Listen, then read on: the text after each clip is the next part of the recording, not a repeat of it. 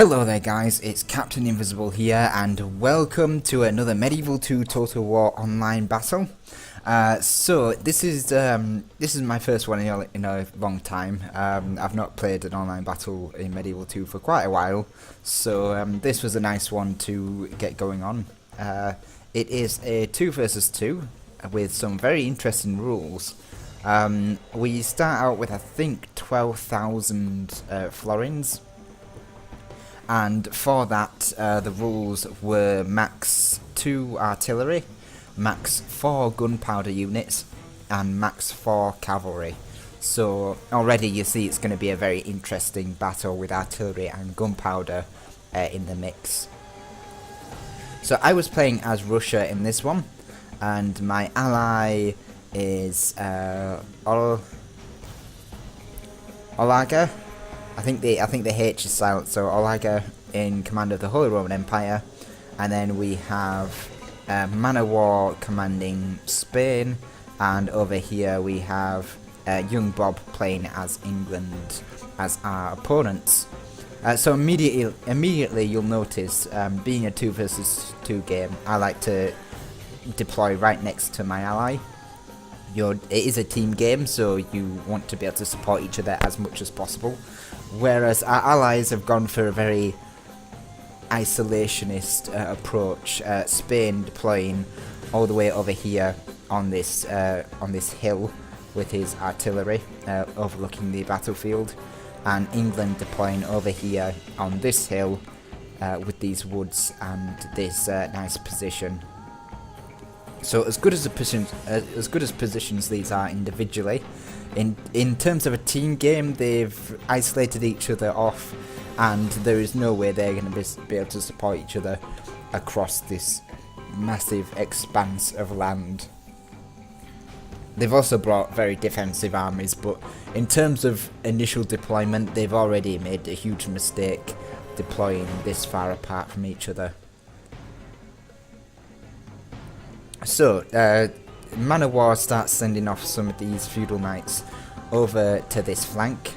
It looks like he's going to sort of start to position them in these woods to supposedly try and get a flanking position and hide them and hope that I'm going to forget about them.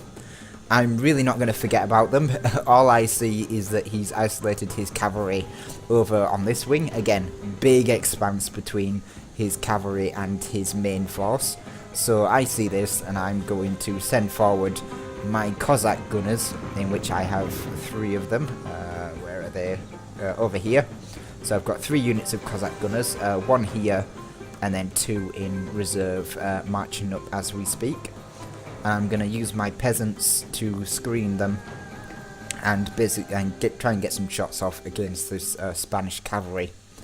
I do have some woodsmen in support, and I have brought my cavalry up just to act as extra support as well for my gunners. So in this battle, I went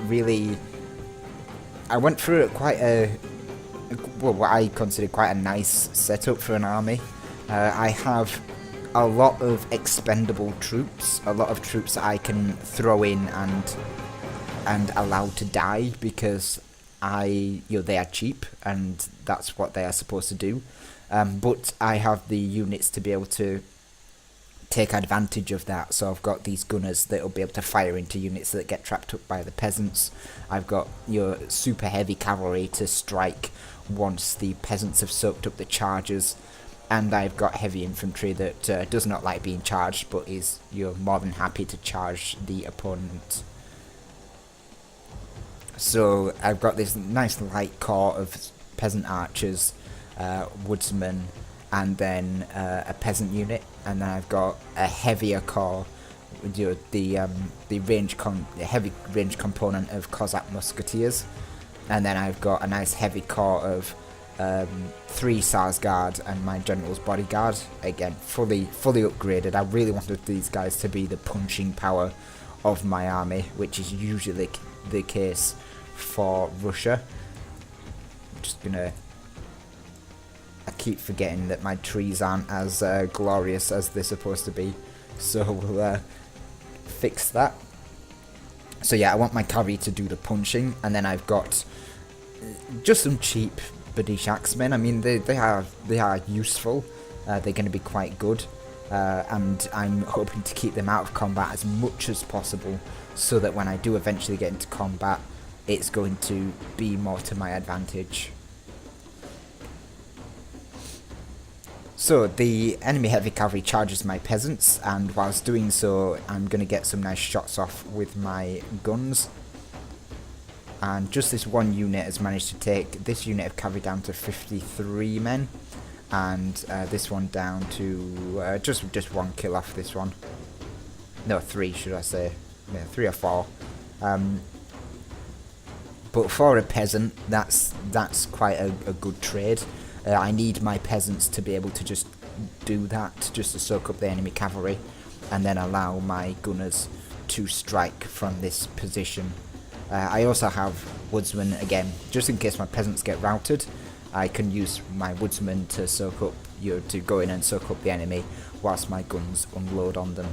And if I lose my woodsmen, then I have my peasant archers to do that. So I have a lot of redundancies in this army.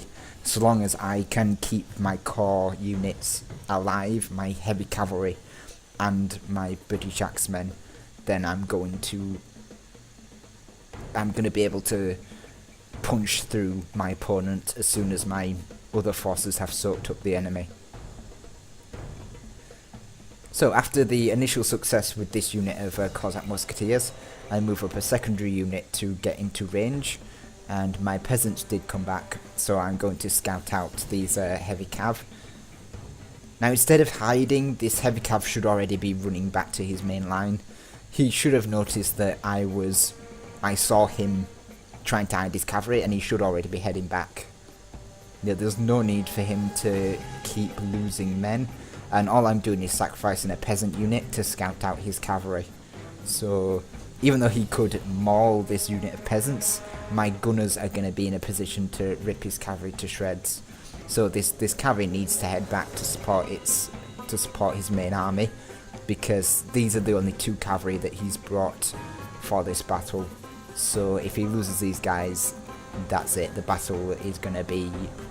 He's not going to have the mobility. And the lack of mobility in a 2 versus 2 battle is huge. You do not want to lose mobility in a battle where your opponents can double team your ally. It does not matter how good a player you are, if you are double teamed, you're gonna suffer really badly.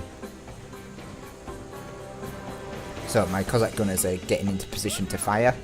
We're going to shoot into the woods, and we're going to... These cavalry try to hide again, but again, I've got peasants. I can scout them out, and as soon as I find them, my guns are going to unload. And you can already see that this cavalry's not having a good time with this. 17 men in this unit, and I think 30 or 40 men in the other unit. You know, these poor cavalry are really not doing too well. Yeah, 49 in this one, but this one already routs, and with 8 men left, I don't think it's going to come back. There's just not enough men in that unit to survive, and if it actually keeps charging this way, it might even get some more kills on it with my guns. I may actually kill them all. Yeah, I believe my guns just slaughter them all, which is such a shame.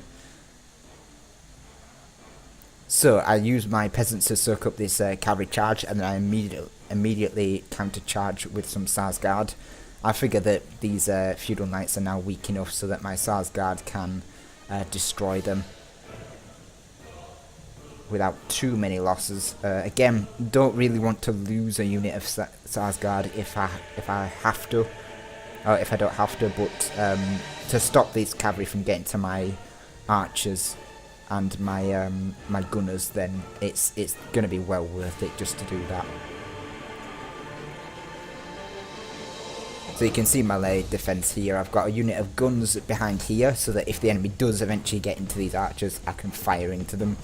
I've got a probing unit of gunners that can sort of scout out the sort of initial fire against the enemy as this unit did, and then I've got the woodsman just to soak up the enemy, and then my core units are behind, out of the way from enemy charges, just to keep them nice and safe.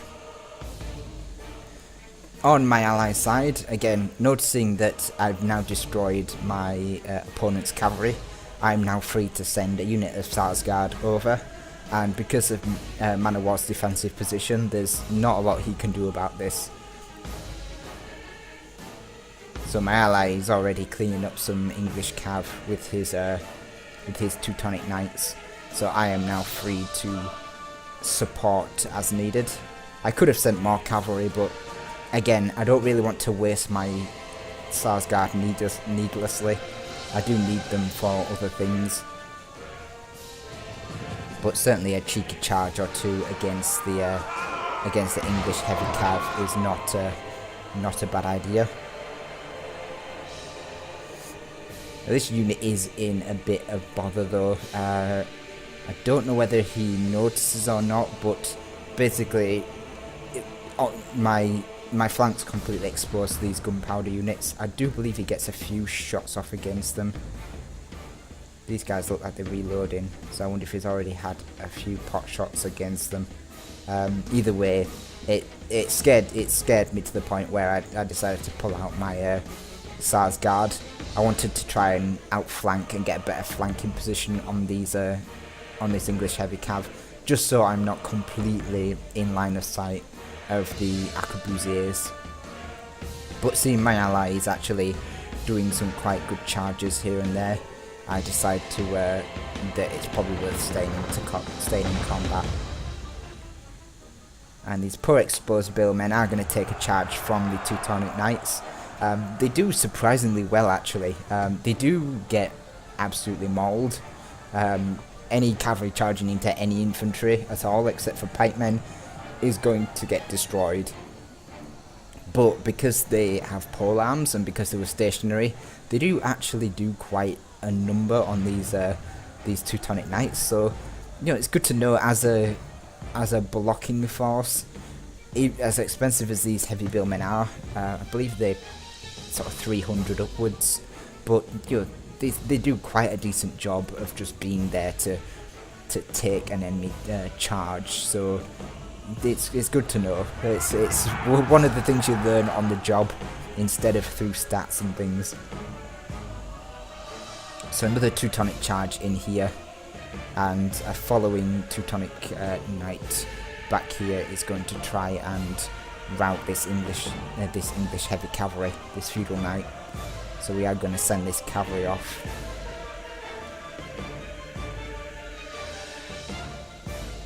Again, just chasing down these English troops.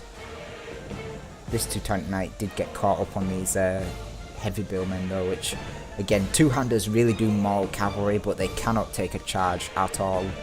You do really need to be careful, and maybe even use peasants to soak up the charge and then charge the heavy billmen in.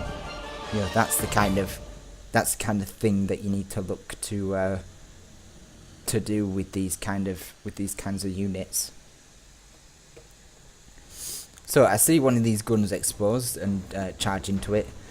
This was probably one of my over-eager moments, as I knew this heavy cav was here and I still did it. So now I'm trapped between gunners and heavy cavalry, and I'm really not going to be very comfortable in this position. So I try and pull my Sarsgaard out with a few losses, because I'm not going to be able to beat a Knights Hospitaller with 54 men, no matter how strong my cavalry is.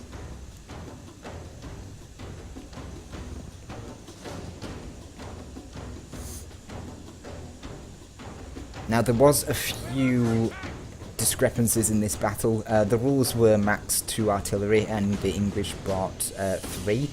But again, my ally broke the rules by bringing 3 units of Teutonic Knights, his general's bodyguard, and 2 units of these Reiters as well, all the way back here.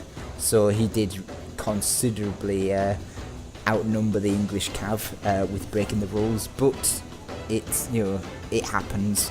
I don't expect it was too much of an issue, otherwise it would have been brought up sooner. But yeah, it did happen. It did happen. So we have to obviously be aware that there wasn't a lot the English could do with that. But again, it was one of the reasons why the Teutonic Knights did so well against the English. So I see these 3 units of Sherwood archers from England. They were hidden in the back, and I assume they were coming forward to try and support the main army. But I'm going to use this unit of Sarsgaard, not necessarily to kill any of them, because if I charge one of these units, the other 2 can just fire at me, which is why this is usually a terrible idea. But I'm just going to click a movement order, and because these guys are on skirmish mode, they're just going to retreat back in the face of my Sarsgaard. If they would have stood the ground, even if I would have got a decent charge off, they may have done a bit better. Certainly this unit, which, you know, if it stood its ground now and started firing, could have done some damage. But I'm just going to chase these guys back, push them back right over to the red line, and then we're going to see my Sarsgaard in action. I think this unit does eventually stop, but as you can see, I'm completely taking 3 units out of the battle, which are needed for over here. The English are completely outnumbered by the Holy Roman Empire. There's these Pavese crossbowmen shooting down against their infantry and cavalry, so they really do need as much support as they can, and to let 3 units of Sherwood archers just get pushed back by a unit of heavy cav, even if my Sarsgaard don't destroy these guys, it's going to be worth it just to keep them entirely out of the battle.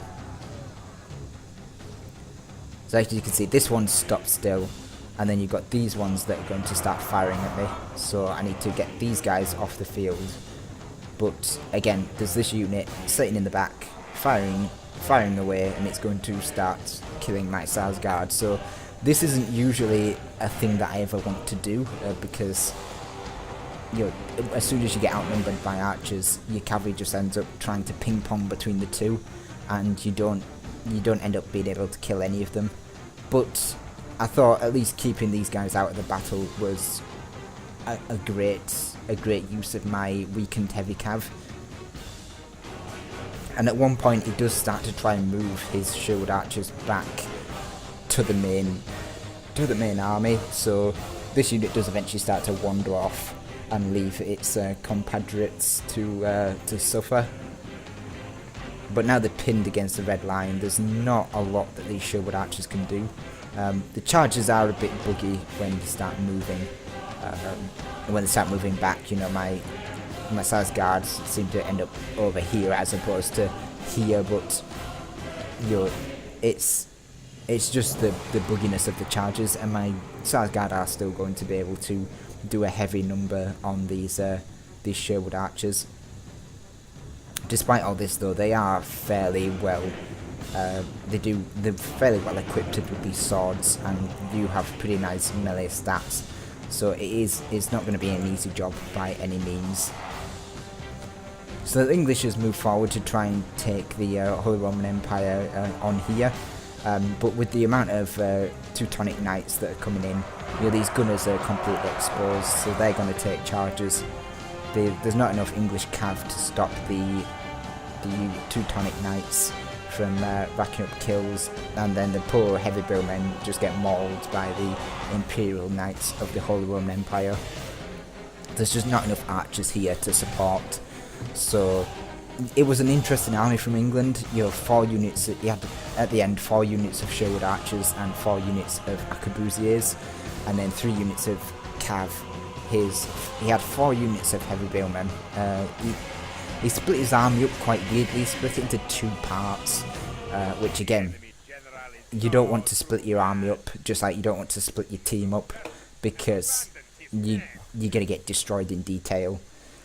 And then he had 3 units of Culverin, which again didn't do much because he was in such a bad spot with all the cavalry around him.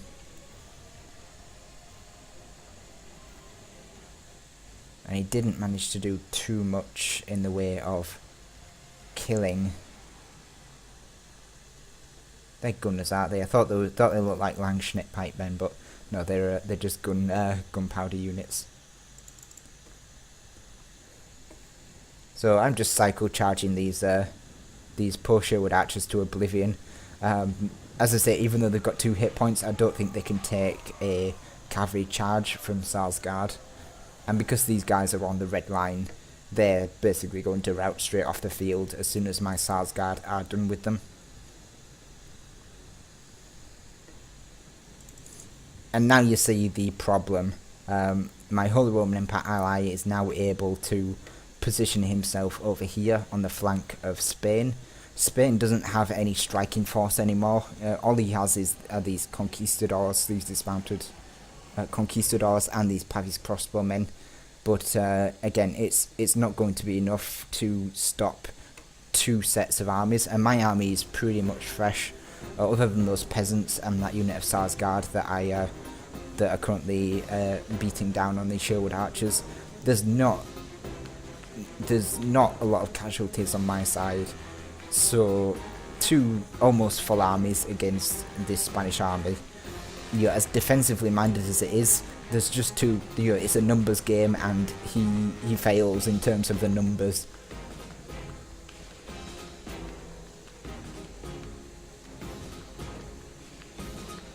So a couple of things he could have done was to deploy right next to his ally. They needed to deploy next to each other, even if they started out even if they started out here in a disadvantageous position against our hill. That's fine. They had the artillery. They had more artillery.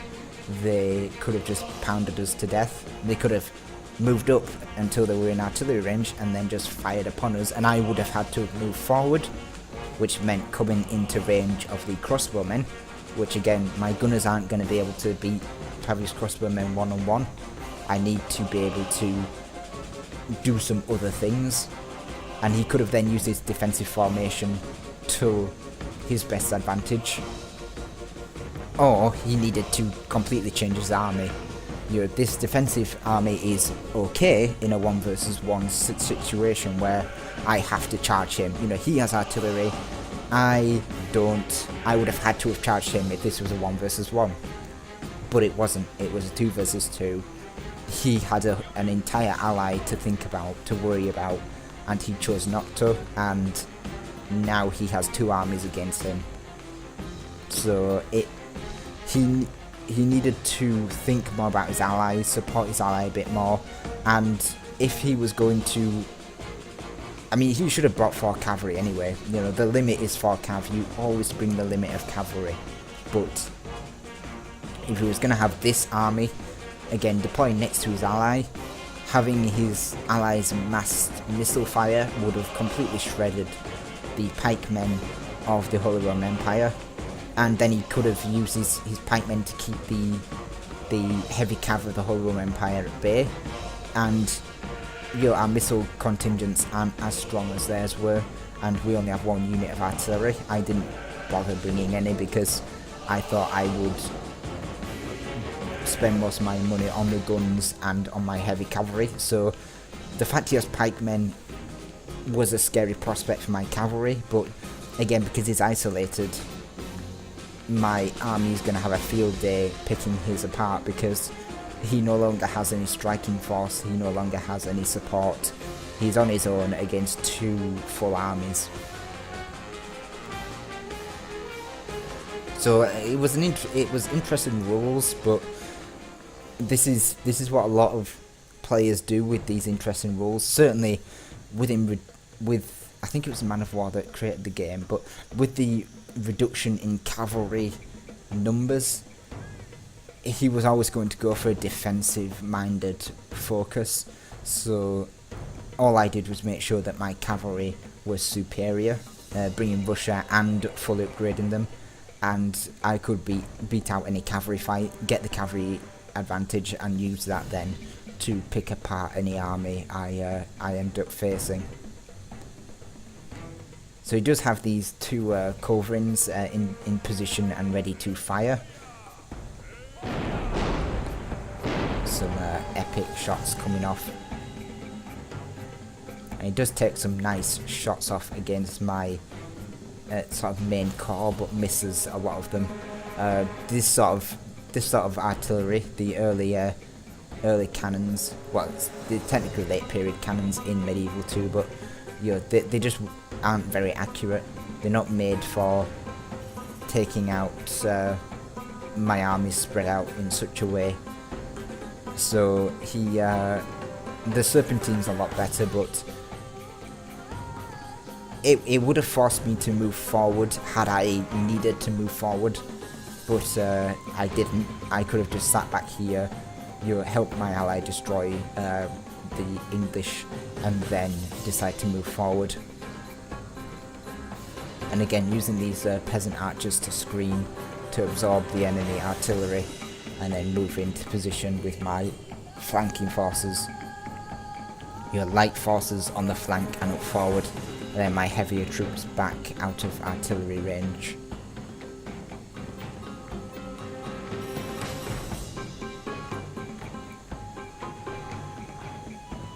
See my peasant archers move forward and take some fire. Loose formation and sort of the inaccuracy of cannons really helping out against the withering fire. My poor peasant archers understand that I don't expect much from them in this battle, but I'm putting them to work regardless. So again, I have my peasant archers up front to absorb the enemy. Cossack gunners behind. If anyone wants to get into the peasant archers, that's fine, but they're currently just absorbing Pavi's crossbow fire. What I was looking for here was, again, let them absorb the enemy fire, but also get them into range so that I can target these pikemen.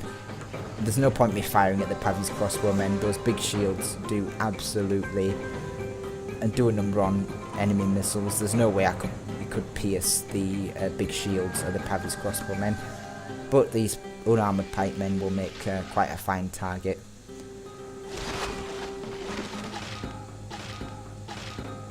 So we're going to take some nice shots against them and try and weaken them before our own peasant archers melt under the fire of the enemy crossbowmen.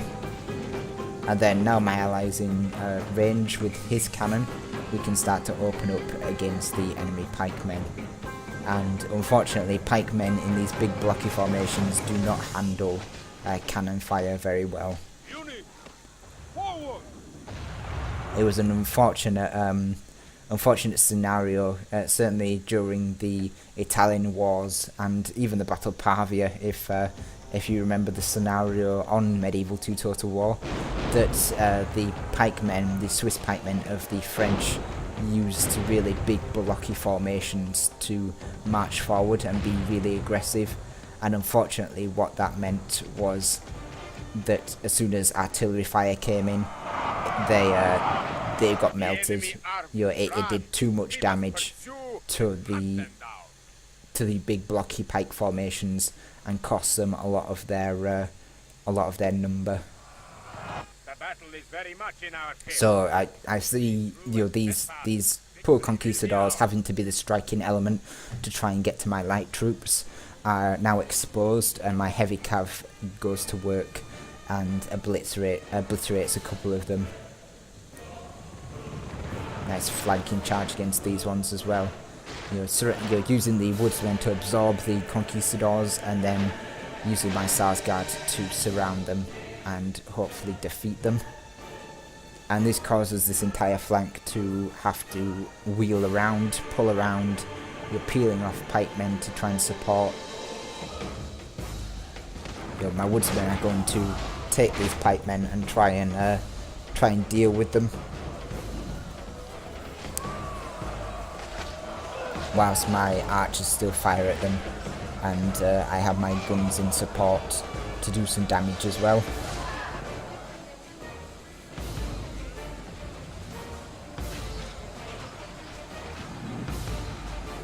Got my cavalry in the back doing some damage. and some friendly fire sends off these pikemen, but it also routs my woodsmen. So my woodsmen are doing their job at soaking up enemy fire instead of my heavy troops, who are now going to move forward now that the enemy lines are broken and disorientated. The enemy general lies dead. Again, clearing up some of these units. I believe the enemy general was in the pike unit. I believe he's somewhere here. I believe he's under all these bodies, right here. So poor general dying to that cavalry charge, and now my Sarsgaard are able to get into the cannons and silence them before they cause any more trouble. The battle is very much in our favor. And unfortunately, these pikemen now have to play their part at stopping my cavalry, but they really aren't used. They really don't do very well aggressively towards cavalry, so it's kind of a losing battle at this point. That, you know, the flanks exposed, there isn't enough here to stop me and my ally now, who is dealing with these conquistadors, pinning them on his pikemen and then sending heavy infantry in to finish them off. He has his archers in support as well, and he obviously still has his Serpentine currently idle, but you know, it did get some really nice shots off in this battle and raked some of the pike lines. So now my Bodhishat's men, fresh and eager for battle, are able to get in and do some damage, surrounding these pike formations, so that we can rout them fairly quickly. I do lose micromanagement on a couple of my units, that's Sarsgaard and this poor unit of Bodhishat's men, who are going to take point blank fire from these Pavis crossbowmen. This machine gun fire that's going to drop a lot of them. So a big mistake from me there, but it happens. The enemy pikemen are currently routing, and we're exposing the Pavis crossbowmen now to all of our infantry and cavalry, and clearing up some of these forces. My Holy Roman Empire ally moving in to in the back of the Spanish lines.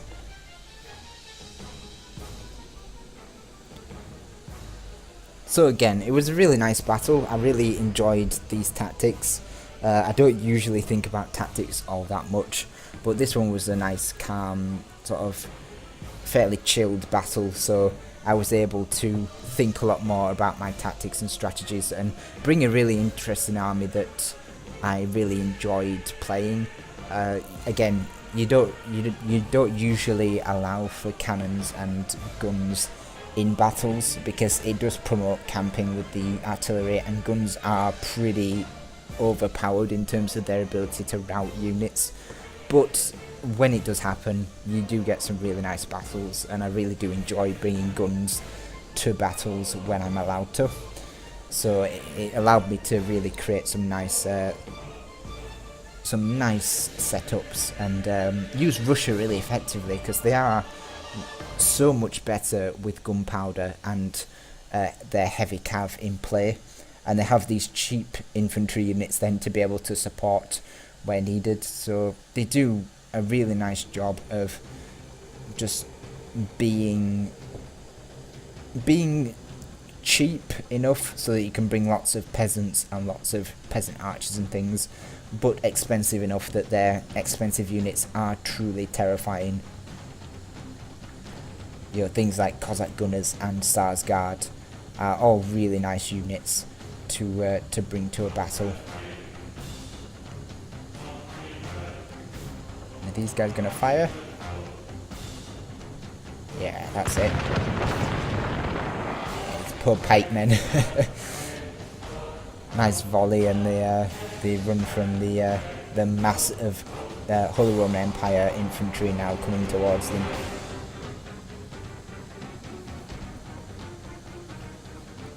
I hope to get more battles in the future. This one really did whet my appetite for Medieval 2 Total War again. I've been away from it for quite a while, so I think this battle really really showed me what I was missing. These underused factions really do bring some really interesting tactics, and I'm hoping to bring some more interesting tactics in some future videos. But I really enjoyed this one. I know it looks like a bit of an easy victory, but it was mainly down to the fact that our opponents didn't really deploy next to each other. You know, it can make any player look like an easy victory. When I know Man of War, he is a good player. I've seen him a few times. Not seen Young Bob before, I don't think, but again, it's a case that it doesn't matter how good these guys were. If they deployed that far apart, they were always going to get beaten. I could have sent my entire army off to kill England, and Man of War wouldn't really have been able to do anything because all he had was pikemen and artillery, and both are fairly slow, fairly lumbering, not very aggressive units. So he was always going to be exposed to that kind of double teaming, which again in 2 versus 2 can and will happen. So you have to be aware of that and be able to support your allies when needed. And unfortunately, deploying that far apart really cost these guys that victory. So as you can expect, my Sarsgaard doing really well. Your 189 kills, 187 and 97 kills. My Cossack Musketeers again doing really well, 100 and 101 kills, so doing really well. This 137 I think was the one I put in the middle of the field with my Peasant Archers, in a position where he wouldn't really be able to do that much damage. But these two also did quite well for themselves. British Axemen again not doing too bad. They were the last ones in, so they wouldn't have got too many kills. And then surprisingly, some Peasant Archers getting 57 and 65 kills.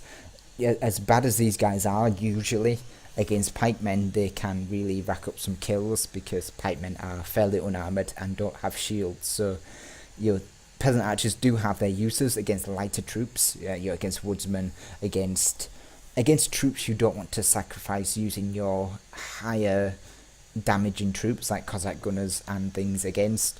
Your Peasant Archers can do that, and they can be meat screens. They can do a lot for you. They can be whatever you want them to be. All you have to do is use them as that and target the right troops, and they'll do the damage that they need to. So that was the battle. Thank you very much for watching. It was a great battle, and I hope to see you all in the next one.